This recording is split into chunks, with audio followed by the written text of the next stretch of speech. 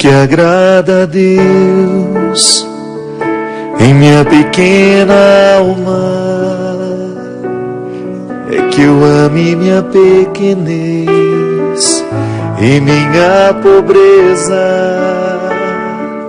O que agrada a Deus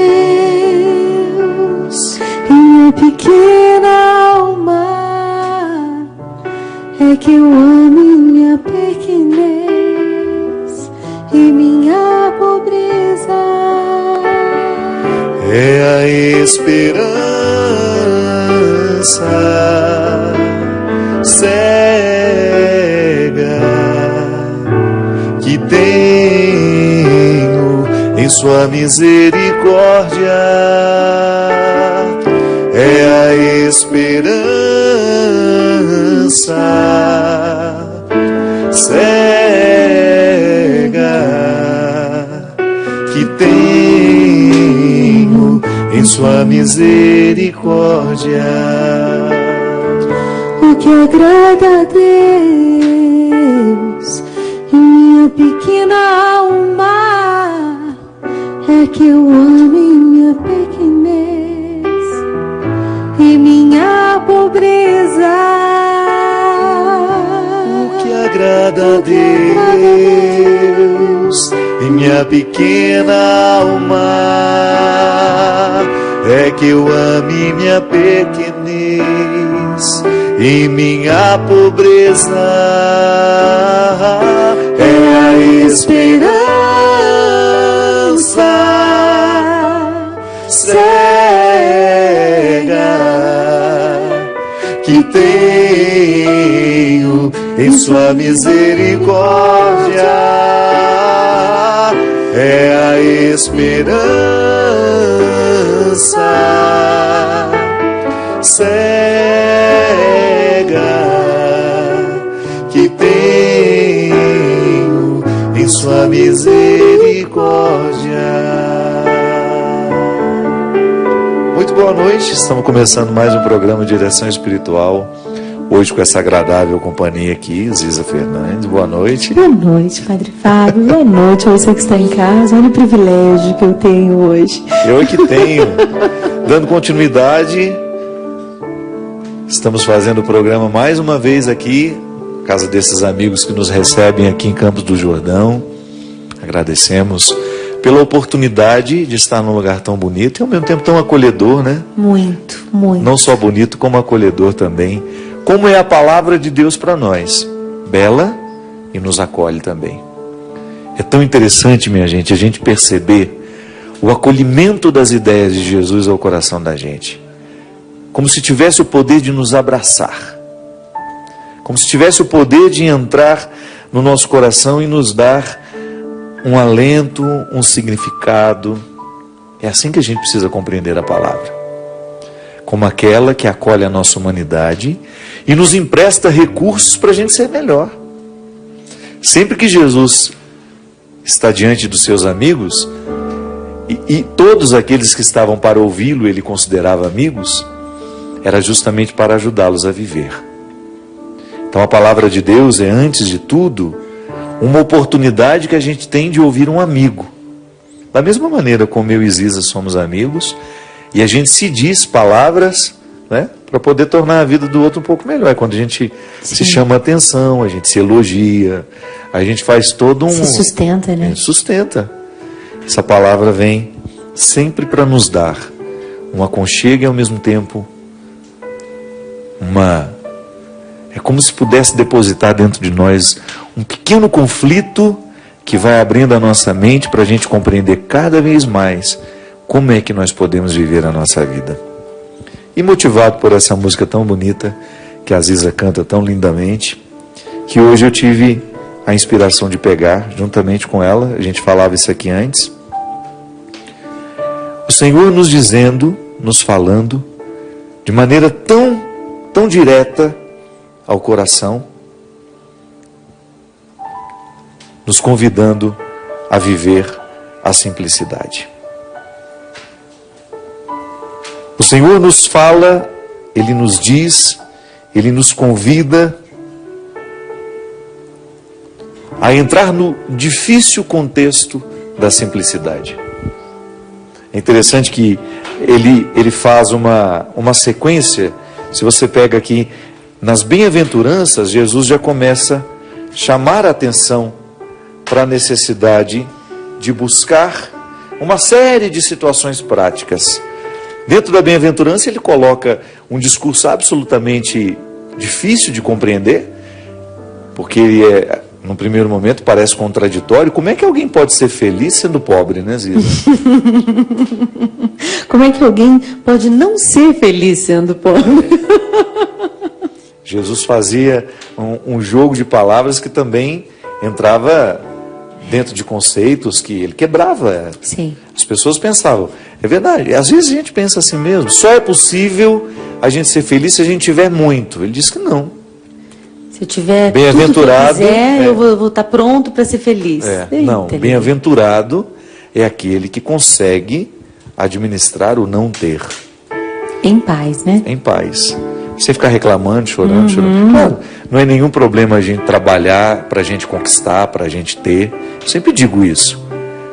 É direito seu, com honestidade, com o seu trabalho, você construir a sua casa, você ter o direito ao lazer, estudar, você dá um conforto aos seus filhos, mas não se esqueça de que existe uma riqueza infinitamente superior a tudo aquilo que materialmente a gente pode ter, que é inclusive nos ajudar a significar o que o dinheiro nos deu. Né? Isso é uma riqueza, você falou isso no show, na gravação daquele DVD lindo. Como é que foi a frase? Ser rico? Rico não é aquele que tem muito, mas rico é aquele que precisa de muito pouco para ser feliz. Olha isso. Sendo feliz com pouco, né? É o espírito grato. É a esperança cega que tenho em sua misericórdia. É a esperança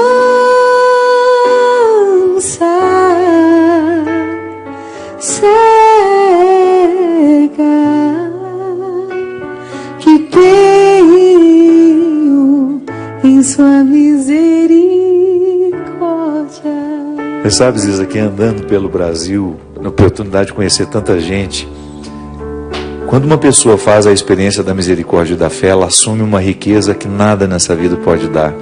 Não é nada pode ser maior do que você acreditar na misericórdia de Deus.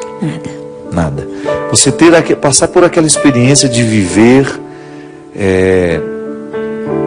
o desconcerto da misericórdia. Deus me ama. Deus me ama, me sustenta e me ajuda a dar um significado até quando eu não tenho. Eu já falei isso aqui muitas vezes e você certamente já me ouviu. Deus me fala sim quando me diz não. Deus me protege quando muitas vezes a vida me nega alguma coisa. Quando eu preciso passar pelo difícil momento de não conseguir identificar uma vantagem. Ali eu preciso me despojar. Me despojar das expectativas, daquilo que eu achava que podia ser. É a tão sonhada simplicidade, a confiança nessa misericórdia que vai nos envolvendo de sabedoria. E Jesus chegou a uma radicalidade tão grande que ele falou dessa simplicidade aos seus discípulos através desse evangelho aqui de Mateus. Por isso eu vos digo, não vivais preocupados com o que comer ou beber, quanto à vossa vida, nem com o que vestir, quanto ao vosso corpo. Afinal, a vida não é mais que o alimento, e o corpo mais que a roupa? Olhai os pássaros do céu, não semeiam, não colhem, nem guardam em celeiros. No entanto, vosso Pai Celeste os alimenta. Será que vós não valeis mais do que eles? Quem de vós pode, com sua preocupação, acrescentar um só dia à duração de sua vida? E por que ficar tão preocupados com a roupa? Olhai como crescem os lírios do campo. Não trabalham, nem fiam. No entanto, eu vos digo, nem Salomão, em toda a sua glória, jamais se vestiu como um só dentre eles. Ora, Se Deus veste assim a erva do campo, que hoje está aí, amanhã será lançada ao fogo, não fará muito mais Ele por vós, gente de pouca fé. Portanto, não vivais preocupados dizendo: que vamos comer, que vamos beber, como nós vamos nos vestir? Os pagãos é que vivem procurando todas essas coisas. Vosso Pai que está nos céus sabe que precisais de tudo isso. Buscai em primeiro lugar o seu reino, a sua justiça, e todas essas coisas vos serão dadas por acréscimo. Portanto, não vos preocupeis com o dia de amanhã, pois o dia de amanhã terá a sua própria preocupação. A cada dia basta o seu mal. Minha filha, não é fácil a gente viver. A simplicidade será sempre um caminho muito difícil de ser alcançado. Porque a gente precisa, como a Ziza dizia, a gente precisa ter muita coragem para abrir mão dos nossos excessos, né? Os simples são sempre corajosos. Pode parar aí se você quiser, viu? Só falar não tem problema, não. Você que manda. Pode parar. Sim, senhor. Pode falar. O simples, o quê? Eu acho que os simples são sempre corajosos, porque ele é quase um revolucionário, né? O simples, ele se atreve a ser ele mesmo de um jeito sereno, interno, porque é uma luta travada interna primeiro. Acho que uma escolha pela simplicidade é uma escolha de liberdade poderosa interior. Porque já nada te seduz ao ponto de te dominar e te fazer perder seus princípios mais sagrados, mais importantes. É por isso que eu acho que as pessoas simples, realmente, eu não digo simples de simplicidade material, eu digo de simplicidade... Despojamento da alma mesmo. Isso. Ô Ziza, eu tive uma pregação que mexeu muito comigo, engraçado, né? Eu fiz a pregação e, no entanto, eu saí de lá muito modificado, que eu fiz lá na Serra da Piedade. Há mais ou menos uns 3 meses atrás, o Dom Valmor me convidou para participar de um evento lá, foi muito bonito. E na missa que eu celebrei antes do evento para muita gente, eu fiz uma missa pequenininha lá dentro da ermida. O evangelho naquele dia era um convite justamente ao despojamento material. E eu falava na minha reflexão que antes de nós termos coragem de tirar uma roupa que sobra no guarda-roupa da gente, parece que a gente precisou ter retirado algumas coisas de dentro da gente. Não é verdade? O despojamento material é uma consequência natural de quem consegue viver o despojamento da alma. Senão ele não é real, né? Senão Senão vira um gesto social. Sim. Uma ajuda. Não que o gesto não que não tenha valor, claro. Não, tem imenso, mas se a intenção é funda, ela precisa ter raiz funda, né? Vamos aprofundar isso. Quando eu dou o casaco para matar o frio, para saciar a necessidade do outro, eu estou fazendo um bem para o outro. Quando eu dou com uma mística, eu estou fazendo um bem para mim também. Sim. Aí repercute dos dois lados. A gente sacia uma necessidade que está fora de nós e, ao mesmo tempo, a gente reforça um crescimento inegável que todo despojamento provoca no ser humano. É que às vezes a gente precisa de uma ação que venha de fora para dentro até educar o que está dentro. Às vezes eu tenho, sei lá, uma blusa que eu quero dar para alguém. Quando eu vou dar para alguém, eu sinto aquela dorzinha, aquele contorcimento interior. Assim, eu não queria dar.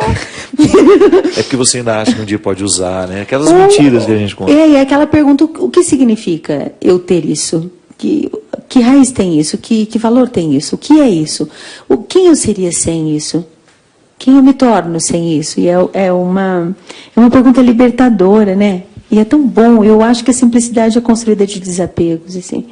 E desapegos secretos. É um trabalho tão interior, muito secreto, muito pessoal, muito particular. E é libertador. Eu acho a maior oração de libertação que pode existir é essa, assim, da gente ser livre da gente mesmo, como Santa Teresa dizia, né? Pai, livra-me de mim mesma, porque tem pessoa pior, não. E você tocou numa pergunta fundamental. Talvez você que nos acompanha em casa já tenha se feito isso. É uma pergunta que a gente não deveria negligenciar. Por que eu tenho isso? O que eu tenho está a serviço de quê? Por que eu preciso ter isso, né? Justamente. Está a serviço de uma necessidade ou isso está a serviço de uma vaidade? Sim. Que não tem fundamento. Às vezes a necessidade ela é alimentada por uma mentira que nós nos contamos uma vida inteira. Por que eu preciso ter essa casa tão grande? Por que eu preciso ter tantos carros? Por que eu preciso ter tanto dinheiro no banco? Ou por que eu preciso precisar, né? Às vezes a gente inventa necessidades, né? E é engraçado que a gente constrói mentiras tão bem elaboradas que você passa 30, 40 anos da sua vida trabalhando para a manutenção daquelas mentiras. Então a gente trabalha muito porque a gente acha que a gente vai precisar de todo aquele dinheiro, que a gente vai precisar de toda aquela estrutura material que a gente criou, quando na verdade, se a gente tivesse sido honestos e responsáveis com essa pergunta, talvez a gente não tivesse desperdiçado tanto tempo na vida, que não é que a gente não teria trabalhado, é que a gente talvez teria trabalhado um pouco menos e apreciado um pouco mais o que a vida nos deu. Às vezes a nossa insegurança, pessoal, às vezes eu tenho percebido isso em mim. Às vezes a nossa insegurança, ela é tão determinante que ela nos escraviza. Eu muitas vezes me percebo escravo das minhas inseguranças. Esse evangelho de hoje ele é muito difícil. Você não se preocupar com o que vai comer amanhã. Você não se preocupar com o que vai vestir. Tem que ter muita liberdade interior e confiança, para ser capaz de compreender essa palavra, extrair o coração dela e acreditar. Que não é uma irresponsabilidade. Que muita gente poderia falar, mas isso é irresponsável, não é verdade? Ou às vezes... Eu não vou ficar preocupado com o que eu vou comer amanhã. Não se trata de viver a irresponsabilidade. A despreocupação não é o desplanejamento, né? A gente pode planejar, mas não ser dependente de um cumprimento. Mas está livre e à disposição das mudanças que a vida exige, às vezes. Às vezes eu vejo me esforçando tanto para conquistar uma coisa simples que eu queria. Às vezes nem me custava tanto, não custava tanto para o fulano que podia fazer para mim. E aí não acontece. E aí tem uma coisa que precisa soltar dentro de mim. Tem um apeguinho que precisa soltar. E nessas horas eu dou um salto dentro de mim. Assim, na hora que solta esse apego, eu acho que a alma se solta, eu acho que a gente dá saltos de maturidade, eu acho que a gente dá saltos de amor, dá saltos de leveza. E você passa a ser muito mais livre, muito mais leve, e menos orgulhoso, na verdade, né? Porque você passa a entender e a compreender quando uma pessoa erra ou quando ela se é apegada com uma coisa e a pessoa vai lá e, sei lá, de repente comete uma ação que te prejudica e você precisa soltar aquele erro, soltar aquela... Falando de mágoa mesmo, porque que é uma mágoa, né? É um apego a uma coisa que não foi do jeito que eu queria, né? Justamente. Não foi do jeito que eu queria, eu fico aquilo anos e anos e anos, eu não peço perdão, fulano tem que pedir primeiro. E também esse é um tipo de peso, né? É um tipo de riqueza negativa, né? É uma pseudo-riqueza, né? Uma falsa riqueza. Peso mesmo, um negócio que é desnecessário de carregar. Aquela pessoa que não teve a simplicidade de deixar o passado ir embora, que retém aquela...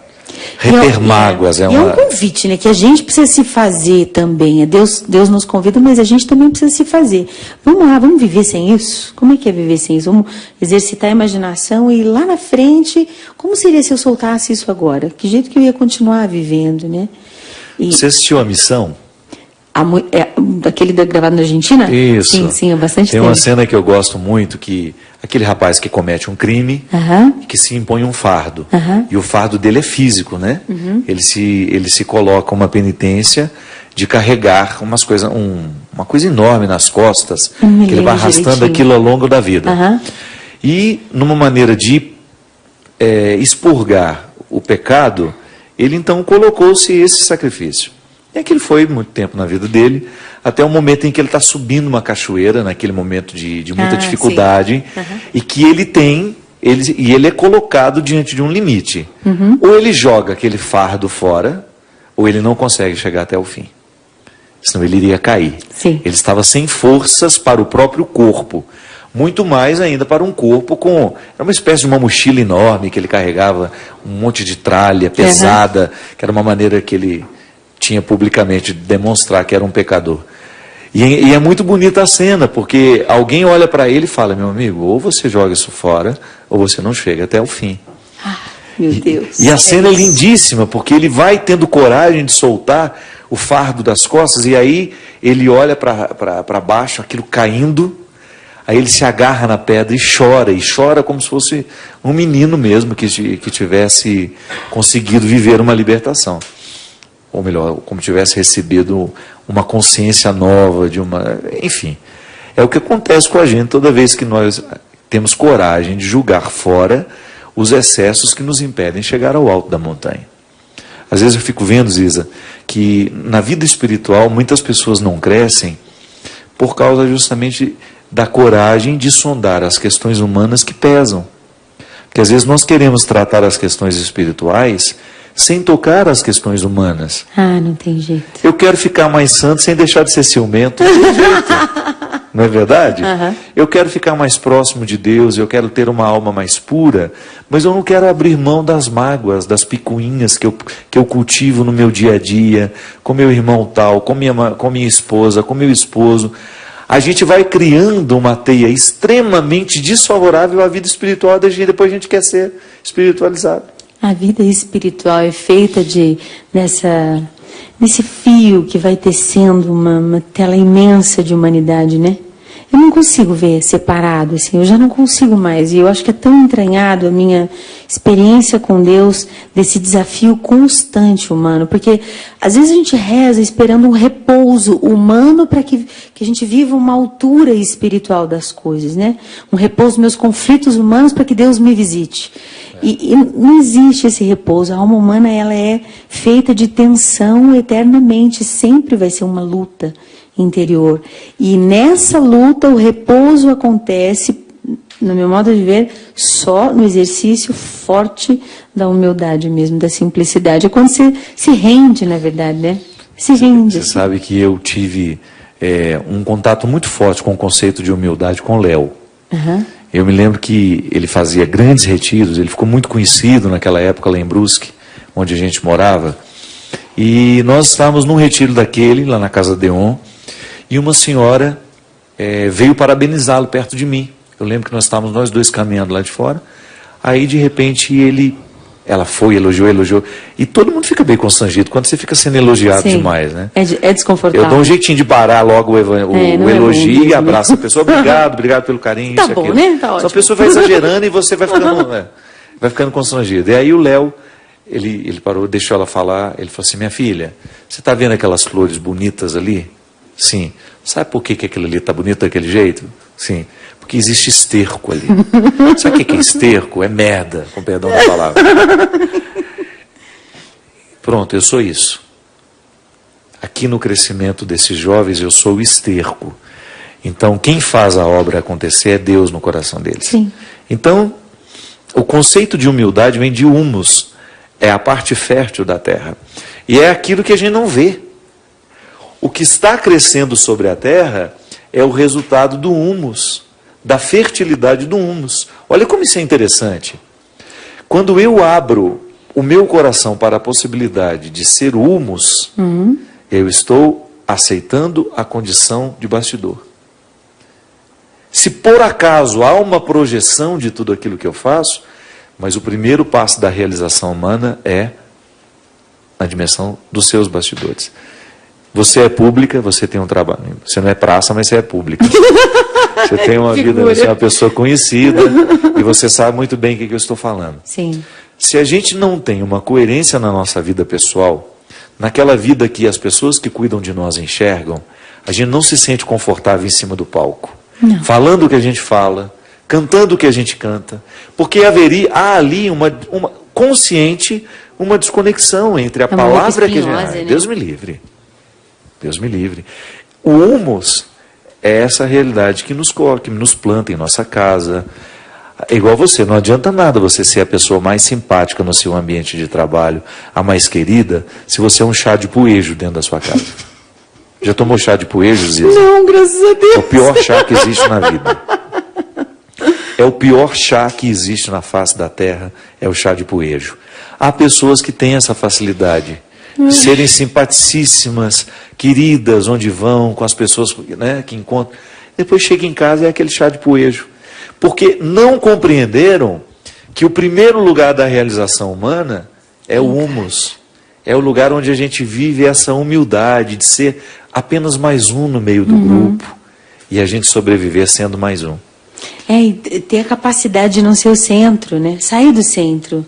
O centro da conversa, o centro do assunto, o centro da atenção. E deixa o outro existir. Fica no outro um tempinho, se exercita nisso. É um exercício, né? De vez em quando aceite ser coadjuvante. Esquecido. Nossa Senhora, como isso faz bem. Quando a gente descobre... O primeiro sabor é amargo, mas depois adoça. Você cresce. É repouso, né? Você já foi muito esquecida? E é importante, né? Eu acho bem importante, assim, que a gente não se sinta em um lugar onde a gente obriga indiretamente, inconscientemente, as pessoas a nos amarem e darem pra gente o que eles não querem dar. As pessoas têm direito, né? E eu acho que é bem... eu acho que é uma atitude de liberdade, de soltura que a gente se dá e que só a gente se dando, a gente dá para os outros também. Essa possibilidade de fica no teu canto que não é ofensa. É, isso mesmo. Vamos embora do intervalo cantando um cadinho? Programa bom hoje com a nossa querida amiga Ziza Fernandes. Daqui a pouquinho a gente volta. É a esperança cega que tenho em sua misericórdia, é a esperança cega que tenho em sua misericórdia.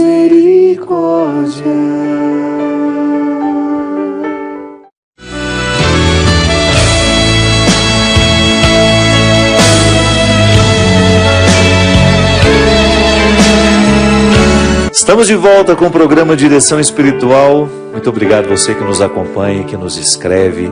Queria lembrar que no dia 26 de setembro, assim que eu retorno da peregrinação, que nós vamos fazer agora para Santuários Marianos, eu estarei em Recife com show Piano e Voz. É um projeto lindo, minha gente, delicado, onde a palavra é o centro do show. A gente canta, mas a gente fala muito, a gente conversa. Se você não teve a oportunidade de conhecer esse projeto, por gentileza, seja aí, você que é de Recife, de região, se quiser estar conosco numa bonita noite de evangelização, no dia 26 de setembro, então, nós estaremos no Teatro Guararapes, em Recife. No dia 4 de outubro, nós estaremos no acampamento para as famílias, na Canção Nova. No dia 8 de outubro, eu estarei em Jatobá, Pernambuco. No dia 16, em Vila Velha, também com o projeto Voz e Piano. Dia 17, em Curitiba. E dia 18, em Londrina. Tem um e-mail aqui, de uma pessoa que eu achei interessante, porque ela faz uma interrogação. Ô Ziza, existe limite para a paciência? Depende, para perder? Para você ter paciência com alguém numa mudança, num projeto de vida a dois. O que você acha? Depende do tamanho do amor.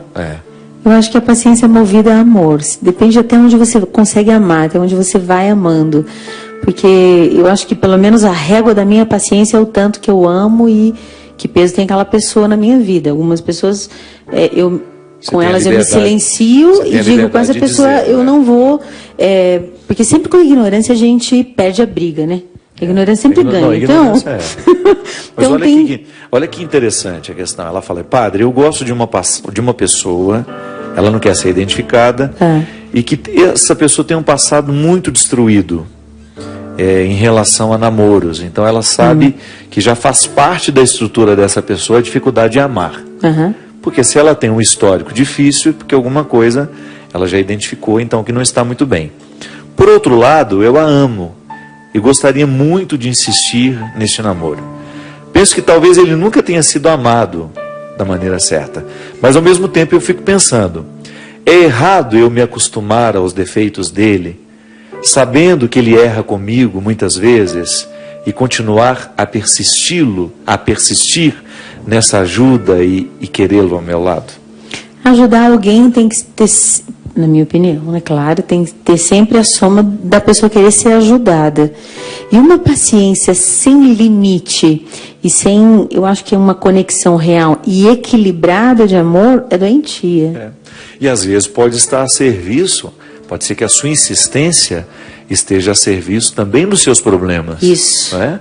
Porque às vezes você insiste por também administrar uma carência afetiva que está lhe prejudicando a também ter a própria coragem de romper.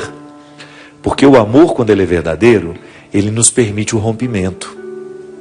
Pode parecer estranho isso. Porque o amor não é só o que você oferece ao outro, é também o que você tem por você. E se permitir receber também. Claro.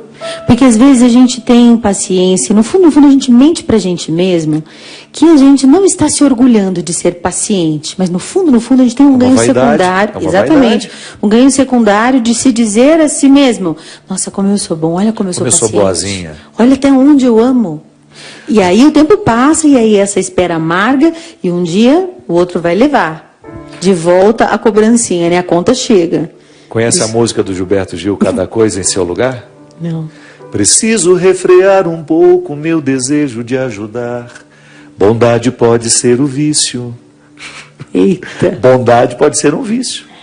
Porque às vezes você vai vivendo um processo tão desgastante com o outro, que você já não consegue perceber essa vaidade que você está vivendo de ser sempre a parte da história que perdoa, que reconcilia. Coitadinho, né? Coitadinho. Olha para amor mim. Equilibrado, padre. Eu acredito que o amor precisa de equilíbrio e precisa ter essa, e às vezes, essa busca pela maturidade desse equilíbrio, né? E às vezes esse posicionamento dela aqui, ela o retira da possibilidade de crescer. Acomoda. Às vezes o nosso amor, ele acomoda o outro. Amor tem que passar pela exigência. Eu não posso dizer, eu amo a Ziza e me acostumo com os defeitos dela. Eu estou desprotegendo a Ziza. Como se tudo fosse perfeitinho, fosse fácil amar. Isso não existe. Não, é uma escolha. O amigo precisa conflituar aquilo que no outro eu identifico que é desfavorável a ela. Imagina uma relação a dois, minha filha. Você jamais pode se acostumar com os defeitos do outro. Você pode, essa paciência tem que ser consciente. Mas essa paciência não pode lhe privar de colocar numa luta para a superação do outro lado. Ele precisa superar.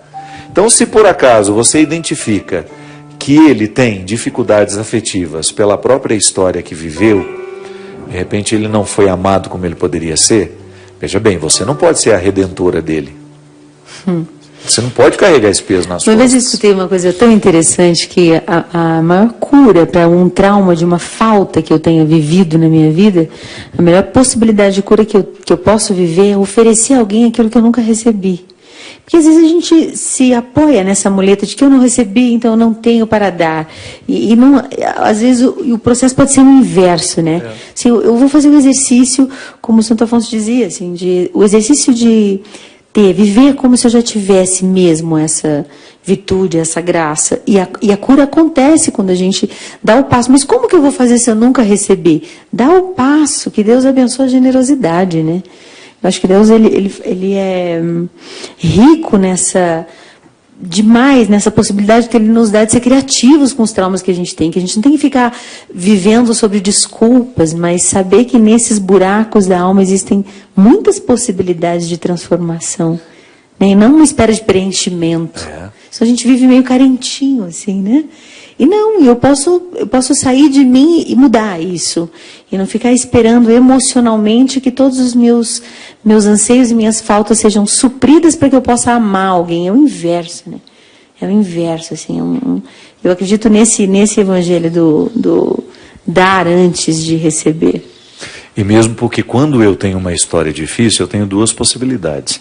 A primeira, eu vou reproduzir a história difícil na vida de quem estiver ao meu lado, ou eu vou fazer a correção disso. Isso a gente vê muito no exercício da paternidade, da maternidade. Aqueles pais que sabem, nossa, meu pai foi tão duro comigo, então eu vou descontar tudo isso nos meus filhos, eu vou ser com eles também. E de repente você percebe que a dureza que seu pai teve com você, ela foi excessiva. Então você corrige com seus filhos. Você vai ser um duro na medida certa. Sim. Você vai fazer exigências justas. Você não vai exceder. Então, meu pai foi agressivo fisicamente comigo. Aí a pessoa vai descer a lenha também nos filhos, vai ser agressivo. a pessoa vai ser agressiva com os filhos que tem. Não. Mas eu acho que existe essa cilada psicológica. Quando a pessoa menos percebe, ela está repetindo mais. Isso, ela está repetindo sem querer. Por isso que eu acho que o exercício da consciência, o conscientizar-se constantemente de seus atos é extremamente importante. É um exercício diário. Porque senão a gente cai nisso e não tem a oportunidade de mudar o rumo da vida, mudar a tendência da família, mudar o rumo da história familiar. Porque a gente não é condicionada, eu não sou condicionada ao que eu vivi. Eu sou influenciada, mas não condicionada. O condicionamento é uma realidade muito triste, né? E é o que você está falando, as estatísticas, por exemplo, de pessoas agredidos tornam-se agressores. Não precisa ser assim, né? Não precisa. Não precisa, é preciso esforço, né, padre? Muita oração. Acho que precisa de esforço, contar com a graça de Deus, mas ter consciência de que é muito possível que seja diferente. Então, minha filha, o que você precisa fazer? Primeiro, coloca na mesa se o amor que você está amando é de fato fruto de um valor ou se ele é fruto de uma necessidade. Eu sei que pode parecer difícil de entender, mas a própria experiência prática nos revela. Se eu estou amando por um valor, eu não vou ficar anotando no caderninho o que eu faço pelo outro. Não é? Agora, se eu amo lista das minhas bondades. Se eu amo por necessidade, você vai fazer aquela cara.